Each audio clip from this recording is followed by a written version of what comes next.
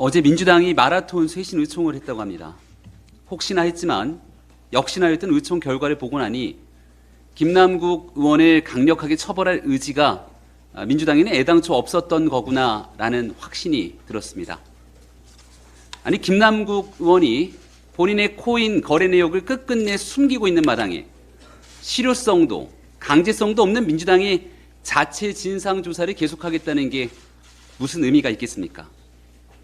지금까지 드러난 정황만으로도 김남국 의원을 국회의원직에서 제명할 사유는 차고 넘치는 것 아닙니까?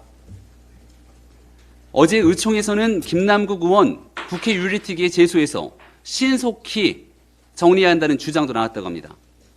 하지만 실제 성명서에는 이런 내용이 쏙 빠져버렸으니 자진 탈당으로 김 의원이 도망갈 뒷문을 이재명 지도부가 활짝 열어줬다는 비난을 어떻게 감당하려 합니까?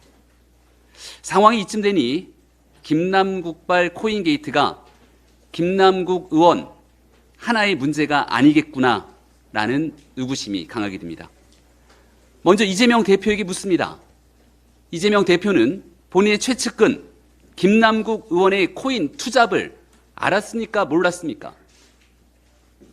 김남국 의원 못지않게 코인의 진심이었던 이재명 대표는 지난 대선 시절 2021년 가을 전 국민에게 가상 자산을 지급하겠다 이렇게 밝힌 바가 있었는데 부동산 개발 이익을 기초 자산으로 해서 전 국민에게 가상 자산을 지급, 전 국민이 거래하면 일종의 가상 자산 시장이 형성될 것이라고까지 얘기를 했습니다. 얼마나 허황된 주장이었는지 당시 동아일보는 사설을 통해 이재명 후보의 전 국민 가상자산 지급 공약을 두고 코인 투기 판 깔 셈인가 라면서 세게 비판했고, 정의당은 청년들을 투기 지옥으로 안내하는 끔찍한 상상력이라고 비판했습니다. 김남국 의원이 수십억 코인을 사들이면서 투기에 올인하던 2021년 가을, 이재명 대표는 김 의원의 투기에 순풍을 달아주듯 코인 투기에 광풍의 돛을 다는 메시지를 연일 쏟아낸 셈입니다. 이재명 대표는 정녕 이런 공약을 발표함에 있어서 김남국 의원의 코인 투기 상황을 전혀 몰랐습니까? 왜 장경태 의원은 지난 2021년 남국이 형이 최고지 10억 넘게 재산이 비트코인 하면서 모든 걸 알고 있는 듯이 얘기를 했습니까?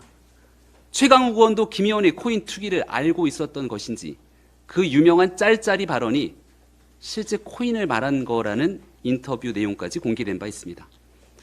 이렇듯 김 의원의 코인 투기를 알면서 방치했거나 또는 법안과 정책으로 코인 투기를 뒷받침했다면 이들 모두가 코인 범죄의 공범일 수 있습니다. 이재명 대표는 물론 김남국 의원의 정치 공동체였던 철험의 멤버들부터 가상화폐를 거래한 적이 있는지, 있다면 어떤 코인을 얼마나 거래했는지 여부에 대해서 즉각 국민 앞에 밝히기를 바랍니다.